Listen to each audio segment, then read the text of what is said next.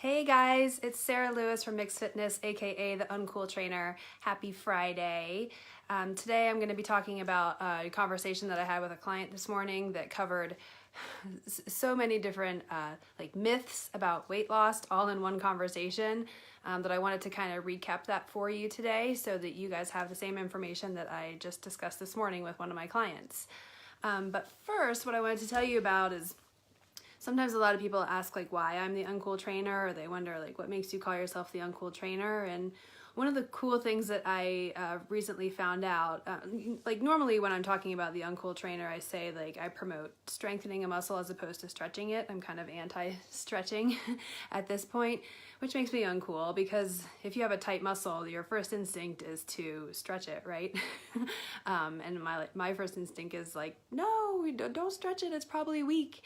And if you stretch a weak muscle, it only makes it weaker and keeps the pain cycle or the chronic tightness cycle going. So anyway, that's just one of the reasons why I call myself the Uncool Trainer. But I'm doing this program. I'm in a fitness mastermind program, and my coach is doing this program called Finding My Way Back to Me. And it's a 4-week program online, and one of the first things that she had us do is this self-assessment to discover our gifts. And it's called a SPARK type, SPARKE type, SPARK type, a personality assessment. You can find it online. It's by a guy named Jonathan Fields. He also wrote a book called How to Live a Good Life, I think it's called. So anyway, it takes several minutes, and you're answering a bunch of questions, and at the end it tells you what your SPARK type is, and that's what he calls it.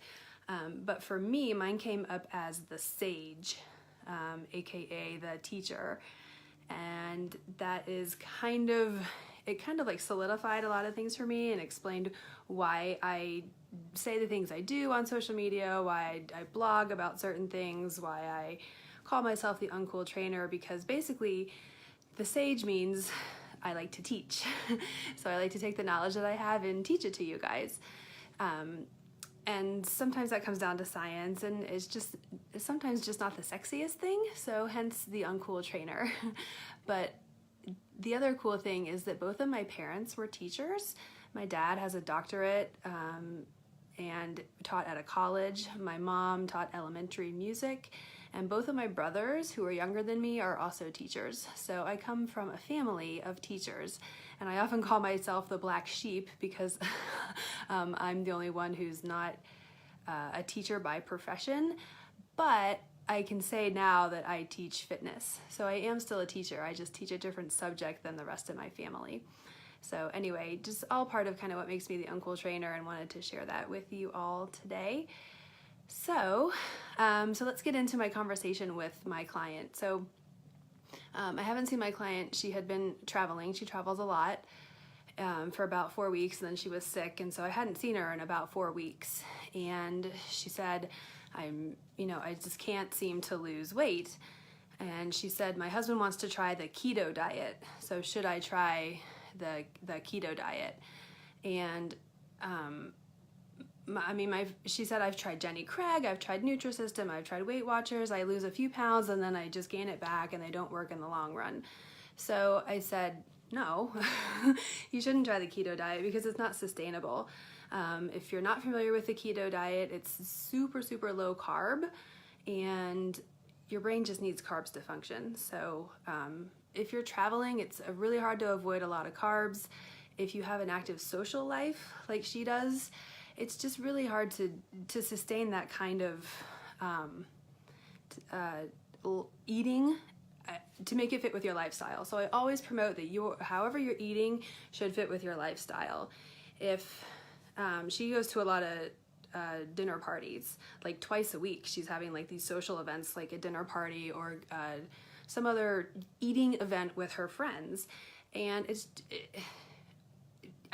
for a few weeks you can go into these events and say, oh, I'm doing this new diet and I can't have the rolls that you're serving, or I can't have whatever, the spaghetti or whatever it is. but it's just not sustainable in the long run. If you're going to be going to social events, you kind of want to be able to enjoy the food that's being served to you. So my advice to her is that it's just something else that's not going to work in the long run for you. So she listed off all these advanced eating strategies. Like, well, when we travel, we go to tropical places like Florida, and we like to eat fruit, and fruit has a lot of sugar, like mangoes or whatever other tropical fruits there are. And I said, but that's not the reason why you can't lose weight. Like, I think we hear these things on the internet, like fruit has a lot of sugar, so I can't possibly eat fruit, even though it does have vitamins and minerals and fiber and good things that you can actually eat in it. But I said fruit's not the reason that you're not losing weight. You would have to be eating like metric tons of fruits to be able to get the calorie surplus from fruit, which is just not, no one needs that much fruit, that you are gaining weight literally because of fruit. So then she also said she eats her largest meal as dinner, and she eats, like later in the evening. And again, the timing of your meals matters a little bit, but not to the extent of that's the culprit of why you're not losing weight. Losing my train of thought here. But so let's say in order to lose weight, you need 1,500 calories a day. Let's just take that as an example.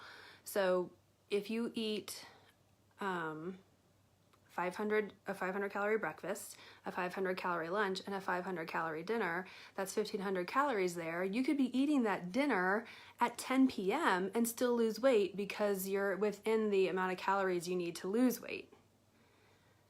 So it doesn't matter what time of day you're eating if your calories are under or are putting you in a calorie deficit. And I think what we get so caught up in are these advanced strategies, like the time that you're supposed to eat, and if you're eating fruit or not, or if you're eating carbs or not, or blah blah blah. These are all advanced strategies, but we're not even maintaining the basics at this point. And we have to maintain. We have to be like totally on point with our basics before we can apply advanced strategies to it, right? Like the same goes with a workout. Like if you are just starting to get back into exercise and you go to a 1 hour like CrossFit class, or you go run a marathon and you haven't even set up a foundation, that is not going to work. So it's the same with our eating strategies. We're trying to do like all these crazy advanced things with our eating because we're hearing about them online. But in reality, what it really all comes down to is, are you creating a calorie deficit? In order to lose weight, you absolutely have to create a calorie deficit. And so my advice to my client is that you need to figure out where in your normal day of eating are you getting extra calories. And as we discussed it, I know it's these social events that she's going to and having an appetizer and then the entree and some extra side dishes and then a dessert. That's just layering the calories up, layering. So my advice to her is to be super aware of portion sizes when she's eating dinner or going out to these social events, because it is so easy to derail any progress. Even in just a week's time. Like, let's say Monday through Thursday, you were really good and you exercised and you watched your calories and you didn't go overboard and you didn't eat anything extra or bad. You were good, right? And then you go out to the social event and you eat everything. And so that entirely undoes your week of being on point. So it is so easy to do that. And I sent an email out last year to my email list about this same thing. Like I noticed that I was not losing weight. In fact, I was starting to gain weight very slowly. And I usually go out to eat once or twice a week.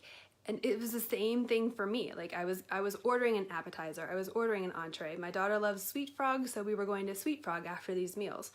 So, and I don't get like the huge thing at Sweet Frog, but still, like it was just twice a week doing that, all these calories, I mean, you know how restaurants like to layer things on, and I wasn't choosing like whatever, a side salad for an appetizer. I was choosing like the spinach and artichoke dip, right?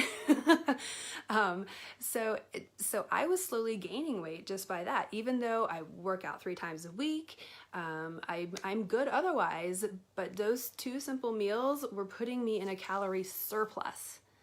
So I was gaining weight because it was just too many calories. So weight loss is, there are these advanced strategies where like hormones may play into it and other things that we've talked about previously, but it always comes down to a calorie deficit. So instead of trying like the keto diet or some other diet like Whole30 or whatever is popular these days, if you're having trouble losing weight and you're like, I've tried everything, start taking a very hard look at your current eating plan and where are those extra calories coming from. And it's just something that you have to identify. Like it's so easy to overlook, like if you have like young kids, like, well, they left 5 goldfish on the plate, so I'm gonna, eat those 5 goldfish. And then they left whatever, some of their spaghetti from dinner on the plate, and then I'm just gonna eat that. It's like all these little things, nibbles and social events that just start adding up, and then you're suddenly like in a calorie surplus, or you're just simply breaking even. You're not in a deficit, so you're not losing weight, but you're just kind of breaking even, so you're not gaining and you're not losing.